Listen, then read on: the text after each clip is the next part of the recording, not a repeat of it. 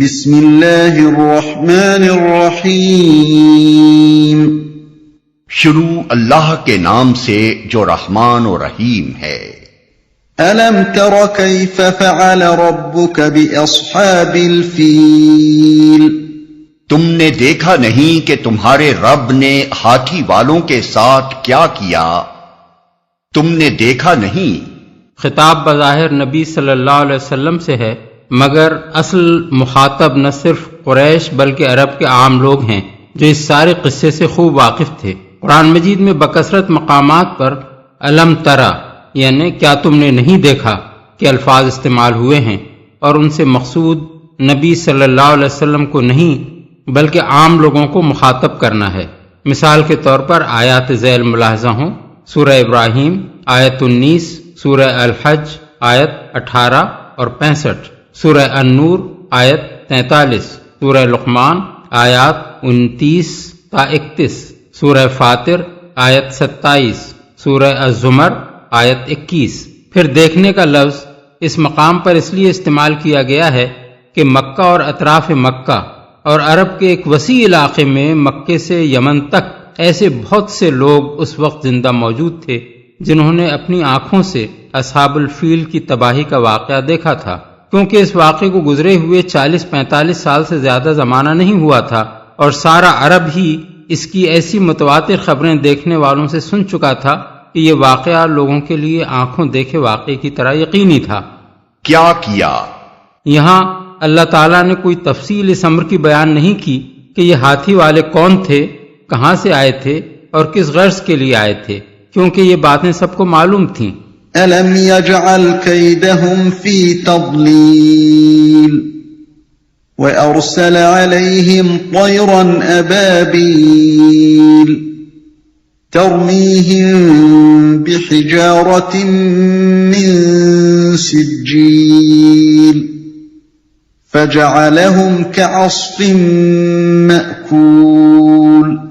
کیا اس نے ان کی تدبیر کو اکارت نہیں کر دیا اور ان پر پرندوں کے جھنڈ بھیج دیے جو ان پر پکی ہوئی مٹی کے پتھر پھینک رہے تھے، پھر ان کا یہ حال کر دیا جیسے جانوروں کا کھایا ہوا بھوسا۔ ان کی تدبیر اصل میں لفظ قید استعمال کیا گیا ہے جو کسی شخص کو نقصان پہنچانے کے لیے خفیہ تدبیر کے معنی میں بولا جاتا ہے۔ سوال یہ ہے کہ یہاں خفیہ کیا چیز تھی؟ 60,000 کا لشکر کئی ہاتھی لیے ہوئے علانیہ یمن سے مکہ آیا تھا، اور اس نے یہ بات چھپا کر نہیں رکھی تھی کہ وہ کعبے کو ڈھانے آیا ہے، اس لیے یہ تدبیر تو خفیہ نہ تھی۔ البتہ جو بات خفیہ تھی وہ حبشیوں کی یہ غرض تھی کہ وہ کعبے کو ڈھا کر قریش کو کچل کر اور تمام اہل عرب کو مروب کر کے تجارت کا وہ راستہ عربوں سے چھین لینا چاہتے تھے جو جنوب عرب سے شام و مصر کی طرف جاتا تھا۔ اس غرض کو انہوں نے چھپا رکھا تھا اور ظاہر یہ کیا تھا کہ ان کے کلیسا کی جو بے حرمتی عربوں نے کی ہے اس کا بدلہ وہ ان کا معبد ڈھا کر لینا چاہتے ہیں۔ اکارت نہیں کر دیا، اصل الفاظ ہیں فی تدلیل، یعنی ان کی تدبیر کو اس نے گمراہی میں ڈال دیا، لیکن محاورے میں کسی تدبیر کو گمراہ کرنے کا مطلب اسے ضائع کر دینا اور اسے اپنا مقصد حاصل کرنے میں ناکام کر دینا ہے۔ جیسے ہم اردو زبان میں کہتے ہیں کہ فلاں شخص کا کوئی داؤں نہ چل سکا یا اس کا کوئی تیر نشانے پر نہ بیٹھا۔ قرآن مجید میں ایک جگہ فرمایا گیا ہے وما قید الکافرین الا فی ضلال، یعنی مگر کافروں کی چال اکارت ہی گئی، سورہ المومن آیت 25۔ اور دوسری جگہ ارشاد ہوا وَأَنَّ اللَّهَ لَا يَهْدِي قَيْدَ الْخَائِنِينَ، یعنی اور یہ کہ اللہ خائنوں کی چال کو کامیابی کی راہ پر نہیں لگاتا، سورہ یوسف آیت 52۔ اہل عرب امراء القیس کو الملک الذلیل یعنی ضائع کرنے والا بادشاہ کہتے تھے، کیونکہ اس نے اپنے باپ سے پائی ہوئی بادشاہی کو کھو دیا تھا۔ جھنڈ بھیج دیے۔ اصل میں طیرن ابابیل کے الفاظ استعمال ہوئے ہیں۔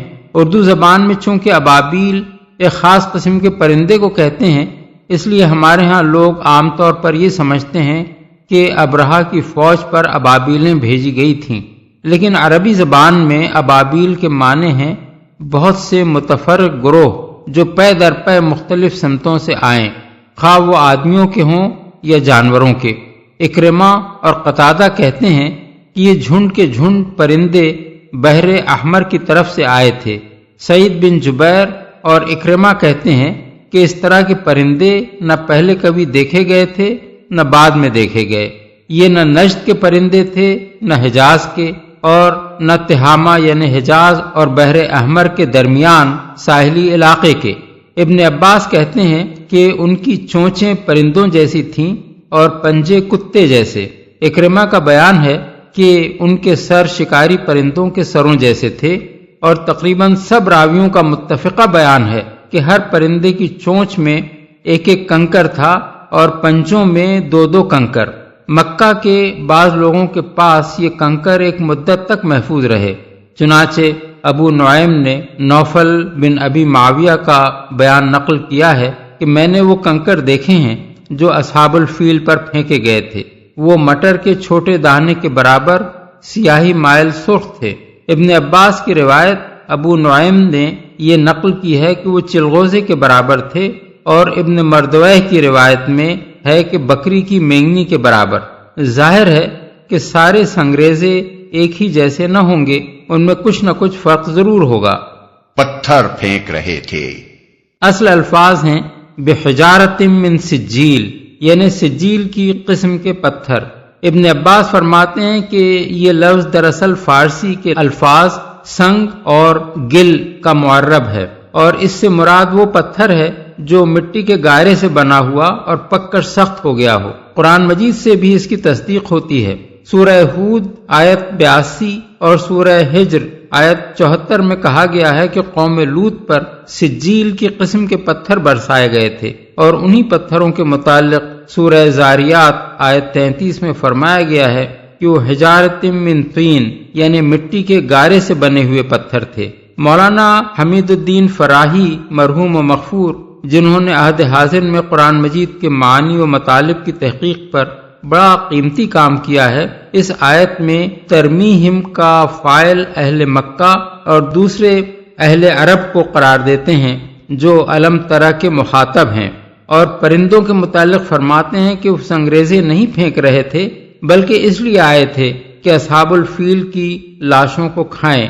اس تعویل کے لیے جو دلائل انہوں نے دیے ہیں ان کا خلاصہ یہ ہے کہ عبد المطلب کا ابرہہ کے پاس جا کر کعبے کے بجائے اپنے اونٹوں کا مطالبہ کرنا کسی طرح باور کرنے کے قابل بات نہیں ہے، اور یہ بات بھی سمجھ میں آنے والی نہیں ہے کہ قریش کے لوگوں اور دوسرے عربوں نے جو حج کے لیے آئے ہوئے تھے حملہ آور فوج کا کوئی مقابلہ نہ کیا ہو، اور کعبے کو اس کے رحم و کرم پر چھوڑ کر وہ پہاڑوں میں جا چھپے ہوں۔ اس لیے صورت واقعہ دراصل یہ ہے کہ عربوں نے ابرہہ کے لشکر کو پتھر مارے، اور اللہ تعالیٰ نے پتھراؤ کرنے والی طوفانی ہوا بھیج کر اس لشکر کا بھرکس نکال دیا۔ پھر پرندے ان لوگوں کی لاشیں کھانے کے لیے بھیجے گئے۔ لیکن جیسا کہ ہم دیباچے میں بیان کر چکے ہیں، روایت صرف یہی نہیں ہے کہ عبد المطلب اپنے اونٹوں کا مطالبہ کرنے گئے تھے، بلکہ یہ بھی ہے کہ انہوں نے اونٹوں کا کوئی مطالبہ نہیں کیا تھا اور ابرہہ کو خانہ کعبہ پر حملہ کرنے سے باز رکھنے کی کوشش کی تھی۔ ہم یہ بھی بتا چکے ہیں کہ تمام معتبر روایات کی روح سے ابرہہ کا لشکر محرم میں آیا تھا جبکہ حجاج واپس جا چکے تھے، اور یہ بھی ہم نے بتا دیا ہے کہ 60,000 کے لشکر کا مقابلہ کرنا قریش اور آس پاس کے عرب قبائل کے بس کا کام نہ تھا۔ وہ تو غزوہ احزاب کے موقع پر بڑی تیاریوں کے بعد مشرکین عرب اور یہودی قبائل کی جو فوج لائے تھے وہ 10-12 ہزار سے زیادہ نہ تھی، پھر بھلا وہ 60,000 فوج کا مقابلہ کرنے کی کیسے ہمت کر سکتے تھے؟ تاہم ان ساری دلیلوں کو نظر انداز بھی کر دیا جائے اور صرف سورہ فیل کی ترتیب کلام کو دیکھا جائے تو یہ تعویل اس کے خلاف پڑتی ہے۔ اگر بات یہی ہوتی کہ پتھر عربوں نے مارے اور اصحاب فیل بھس بن کر رہ گئے اور اس کے بعد پرندے ان کی لاشیں کھانے کو آئے تو کلام کی ترتیب یوں ہوتی کہ ترمیہم بحجارت من سجیل فجعلہم کعصف معقول وارسل علیہم طیرا ابابیل، یعنی تم ان کو پکی ہوئی مٹی کے پتھر مار رہے تھے پھر اللہ نے ان کو کھائے ہوئے بھس جیسا کر دیا اور اللہ نے ان پر جھنڈ کے جھنڈ پرندے بھیج دیے۔ لیکن یہاں ہم دیکھتے ہیں کہ پہلے اللہ تعالیٰ نے پرندوں کے جھنڈ بھیجنے کا ذکر فرمایا ہے، پھر اس کے متصلاً بعد ترمیہم بحجارۃ من سجیل، یعنی جو ان کو پکی ہوئی مٹی کے پتھر مار رہے تھے فرمایا ہے، اور آخر میں کہا ہے کہ پھر اللہ نے ان کو کھائے ہوئے بھس جیسا کر دیا۔ کھایا ہوا بھوسا۔ اصل الفاظ ہیں کعصف معقول۔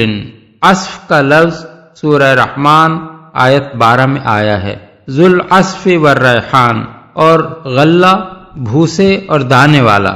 اس سے معلوم ہوا کہ عصف کے معنی اس چھلکے کے ہیں جو غلے کے دانوں پر ہوتا ہے اور جسے کسان دانے نکال کر پھینک دیتے ہیں، پھر جانور اسے کھاتے بھی ہیں اور کچھ ان کے چبانے کے دوران میں گرتا بھی جاتا ہے اور کچھ ان کے پاؤں تلے روندا بھی جاتا ہے۔